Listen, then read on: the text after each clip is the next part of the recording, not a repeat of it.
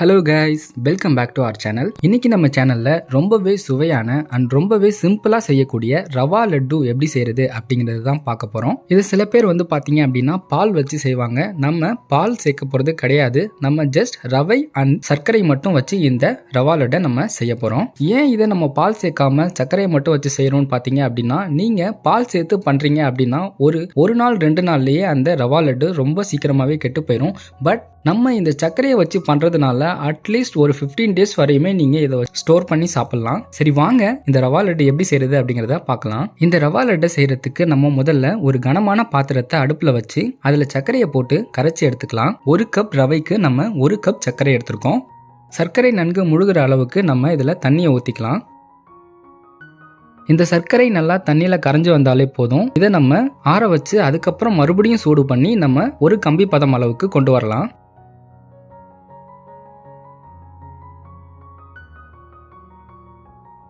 இதே போல easy and டேஸ்டியான ரெசிபிஸை நீங்க பார்க்கணும்னு நினைச்சீங்க அப்படின்னா நம்ம சேனல்ல ஆல்ரெடி நிறைய ரெசிபிஸ் அப்லோட் பண்ணிருக்கோம். மறக்காம போய் செக் பண்ணி பாருங்க. சர்க்கரையில சில சமயம் தூசி இருக்கும் அப்படிங்கிறதுனால இதை நம்ம வடிகட்டி மறுபடியும் ஒரு கம்பி பதம் அளவுக்கு எடுக்க போறோம். இப்போ பாத்தீங்கன்னா சர்க்கரை நல்லா கரைஞ்சு வந்திருக்கு. இதை நம்ம இறக்கி வச்சிடலாம். இப்போ அடுப்புல ஒரு பாத்திரத்தை வச்சு அதுல 50 கிராம் நெய்யை நம்ம விட்டுக்கலாம். நெய் கொஞ்சமா சூடானதும் அதுல 25 கிராம் முந்திரி பருப்பை நம்ம சேர்த்து கொஞ்சம் பொன்னிறமா மாறுற வரையும் இதை நம்ம வறுத்து எடுத்துக்கலாம்.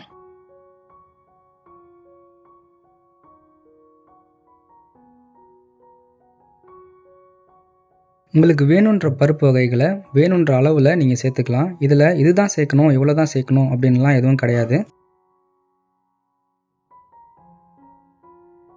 இப்போ பார்த்தீங்கன்னா பொன்னிறமாக மாறி வந்திருக்கு. இதை நம்ம ஒரு பிளேட்டில் ட்ரான்ஸ்ஃபர் பண்ணி வச்சுக்கலாம். 25 கிராம் முள திராட்சையை சேர்த்து அதையும் லேசாக பொன்னிறமாக நம்ம வறுத்து எடுத்துக்கலாம்.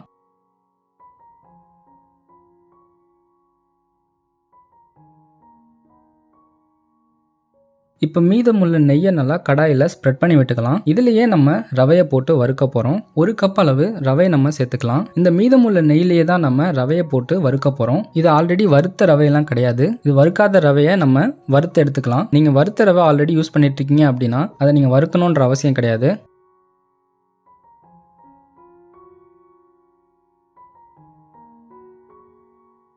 நெய்யும் ரவையும் நல்லா மிக்ஸ் ஆகிற போல் நல்லா மிக்ஸ் பண்ணி எடுத்துக்கோங்க.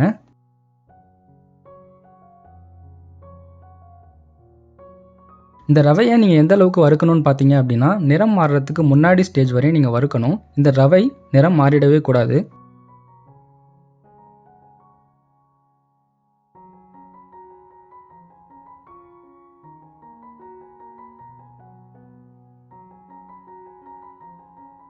இப்போ பார்த்தீங்கன்னா இந்த நெய்யோடு சேர்த்து இந்த ரவையை நல்லா மிக்ஸ் பண்ணி எடுத்தாச்சு, வறுத்தும் எடுத்தாச்சு.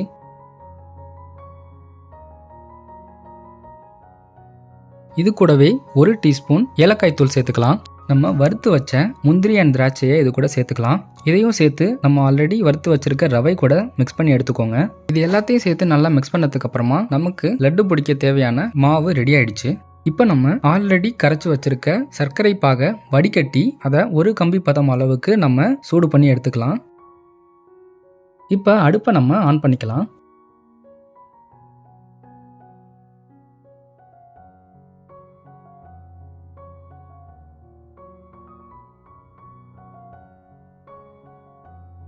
சில பேர் இந்த ரவா லட்டை செய்கிறதுக்கு ரொம்ப ப்ராசஸ் எடுக்கும் அப்படிங்கிறதுனால இதை நீங்கள் செய்யாமல் ஸ்கிப் பண்ணி இருந்திருப்பீங்க. பட் இது செய்கிறது ரொம்பவே சுலபங்க. அவ்வளோதாங்க, நம்ம ரெடி பண்ணிட்டு இருந்த சுகர் சிரப் ஒரு கம்பி பதம் அளவுக்கு வந்துருச்சு. நம்ம இப்போ ரெடி பண்ணி வச்சிருக்க இந்த லட்டு கலவையில் ஒரு 2½ கரண்டி அளவு சர்க்கரை பாகை இதில் சேர்த்துக்கலாம். சேர்த்ததுக்கு அப்புறமா நம்ம லட்டு பிடிக்க ஆரம்பிக்கலாங்க.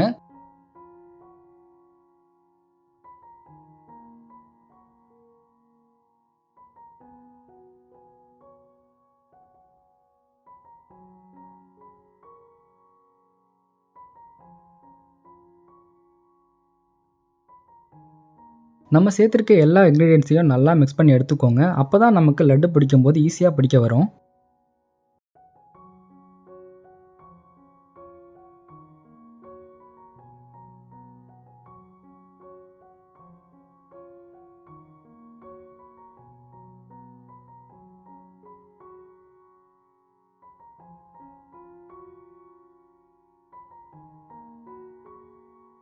கையில் ஒட்டாமல் வர்றதுக்காக கையில் கொஞ்சம் நெய் தடவிக்கோங்க.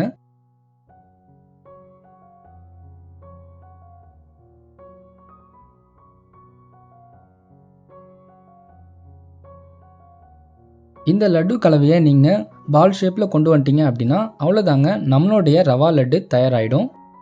இந்த ரவா லட்டு செய்கிறதுக்கு நம்ம ஃபெஸ்டிவல் டைம் வரையும் வெயிட் பண்ணணும் அப்படின்லாம் அவசியம் இல்லைங்க.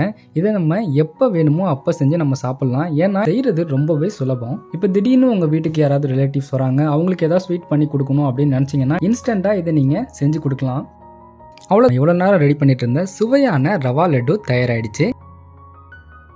இந்த வீடியோ உங்களுக்கு யூஸ்ஃபுல்லாக இருந்துச்சுன்னா மறக்காமல் இந்த வீடியோக்கு ஒரு லைக் கொடுங்க. இது உங்கள் ஃப்ரெண்ட்ஸுக்கும் யூஸ்ஃபுல்லாக இருக்கும் அப்படின்னு நினச்சிங்கன்னா இந்த வீடியோவை அவங்களுக்கும் ஷேர் பண்ணுங்கள். அண்ட் மறக்காமல் இன்னும் என்னென்ன டிஷ்லாம் நம்ம சேனல் ட்ரை பண்ணலாம் அப்படிங்கிறத கமெண்ட்ஸில் சொல்லுங்கள். தேங்க்யூ ஃபார் வாட்சிங்.